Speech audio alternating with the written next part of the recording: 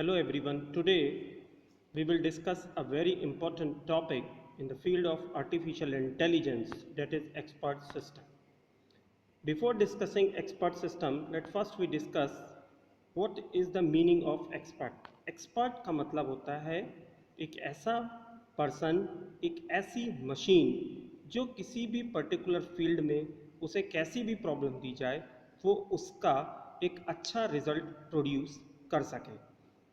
God ने एक natural power human being को दी है कि वो अपनी नॉलेज और एनालिटिकल पावर की हेल्प से किसी भी प्रॉब्लम का सॉल्यूशन निकाल सकता है।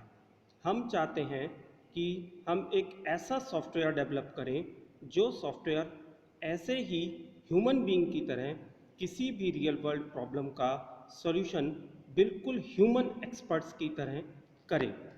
तो इसके लिए हमें उस एक्सपर्ट सिस्टम को नॉलेज प्रोवाइड करनी होगी ताकि वो उस नॉलेज का यूज़ कर सके, और दूसरा एक्सपीरियंस एंड एनालिटिकल नॉलेज उसे प्रोवाइड करनी होगी जिसका यूज़ करके वो ऐसी प्रॉब्लम्स को सॉल्व करें।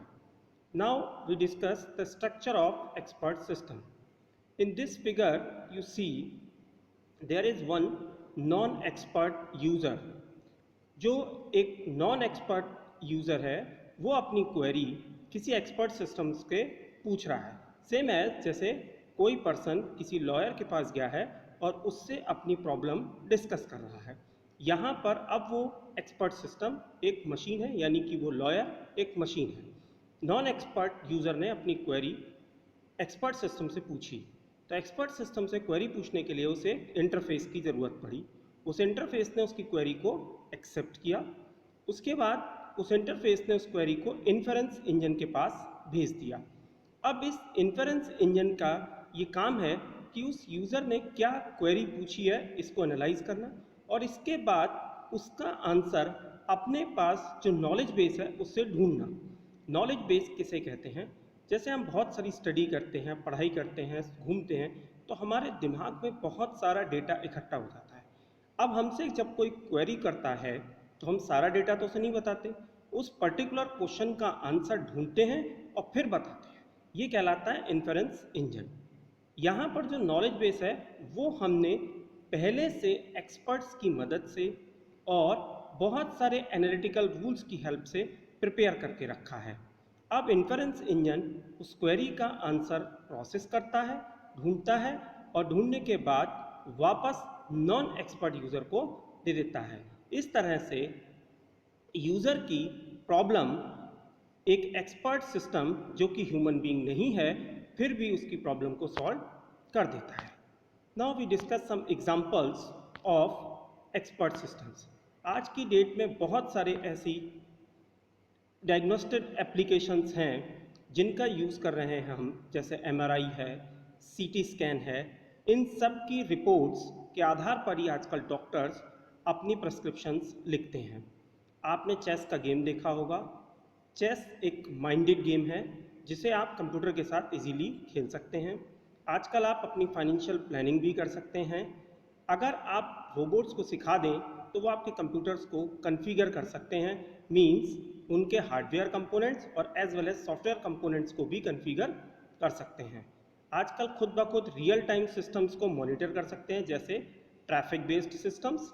ये एक सबसे बड़ा एग्जांपल है। इसे बिना किसी भी ह्यूमन बीइंग के आज के टाइम में सारे रियल सिस्टम्स खुद मॉनिटर कर पा रहे हैं। 4 components of an expert system. Number 1, knowledge base. Number 2, reasoning or inference engine. Number 3, user interface. Number 4, explanation facility. Knowledge base किसे कहते हैं? नॉलेज बेस, नॉलेज कहाँ से आती है? हम लोग जब किसी चीज़ की स्टडी करते हैं तो नॉलेज आती है। सेम हमें कंप्यूटर को, यानी कि जो सॉफ्टवेयर हम बना रहे हैं उस सॉफ्टवेयर को हमें सारा डेटा और इन्फॉर्मेशन जो कि हमें एक्सपर्ट से मिली है वो सब इनपुट करनी होगी। इस डेटा को जब हम स्टोर कर देंगे तो इस डेटा पर हम कुछ रूल्स लगाएंगे, जो रूल्स ये डिसाइड करेंगे कि जब कभी इस सिस्टम से कोई क्वेरी की जाए तो ये उनको क्या डिसीजंस प्रोवाइड करे। Next, knowledge acquisition. नॉलेज को एक्वायर करेंगे कैसे? हम तो डायरेक्ट इनपुट ले लेते हैं, बुक ओपन की और खुद स्टडी कर लेते हैं, लेकिन एक्सपर्ट सिस्टम तो खुद नहीं कर सकता। तो हम क्या करते हैं, ह्यूमन एक्सपर्ट पूरा रूल लिखता है, अपनी सारी नॉलेज को एक बुक में डिफाइन करता है और नॉलेज इंजीनियर उसे एक कोड की हेल्प से मशीन में इनपुट कर देता है, जिससे वो एक्सपर्ट सिस्टम बाद में लोगों की प्रॉब्लम को सॉल्व करने के लिए यूज़ करता है। Next one is inference engine. Inference engine को मैंने पहले भी बताया, इसका काम है कि जो यूज़र क्वेरी कर रहा है वो अपनी क्वेरी में क्या पूछ रहा है, उस क्वेरी को सॉल्व करने के लिए किस टाइप की नॉलेज की रिक्वायरमेंट है और वो कौन से रूल्स हैं जिनको अप्लाई करके हम आंसर प्रोवाइड कर सकते हैं। क्योंकि हमारे पास डेटा तो बहुत सारा है, लेकिन हमें उस पर्सन के अकॉर्डिंगली उसको आउटपुट प्रोवाइड करना है। एक टर्बोटेक्स सबसे बड़ा एग्जांपल एक्सपर्ट सिस्टम का। आप किसी भी टाइप का अपना टेक्स रिटर्न फाइल कर सकते हैं इसके थ्रू, यह आपकी पूरी प्लानिंग में मदद करेगा। Third one is user interface. User interface आप सब देखते होंगे कि कंप्यूटर के साथ इंटरफेस करने के लिए आपको विंडोज़ हैं, ऑपरेटिंग सिस्टम जिसके थ्रू आप कंप्यूटर से इंटरेक्ट करते हैं। ऐसे ही एक्सपर्ट सिस्टम से भी इंटरेक्ट करने के लिए हमें एक इंटरफेस की ज़रूरत होती है। ये इंटरफेस हमारी क्वेरीज को सिस्टम तक पहुंचाता है और आउटपुट को हम तक वापस लाता है। Next one is explanations. Explanation का मतलब है कि हमारी जो भी क्वेरीज हैं उनको इजीली एक्सप्लेन किया जा सके। Next, advantages of expert system. Expert system आप बहुत आसानी से यूज़ कर सकते हैं। इसके रिजल्ट्स आप जो आपको प्रोवाइड किए जाते हैं वो बहुत एफिशिएंट होते हैं, एक्यूरेट होते हैं। इनके साथ आप एडजस्ट भी कर सकते हैं according to the conditions. Expert systems आज की डेट में बहुत कॉस्ट इफेक्टिव भी है। Thank you. मुझे लगता है कि आपको इस ट्यूटोरियल की मदद से पूरा एक्सपर्ट सिस्टम आसानी से समझ में आया होगा। Thank you very much for listening.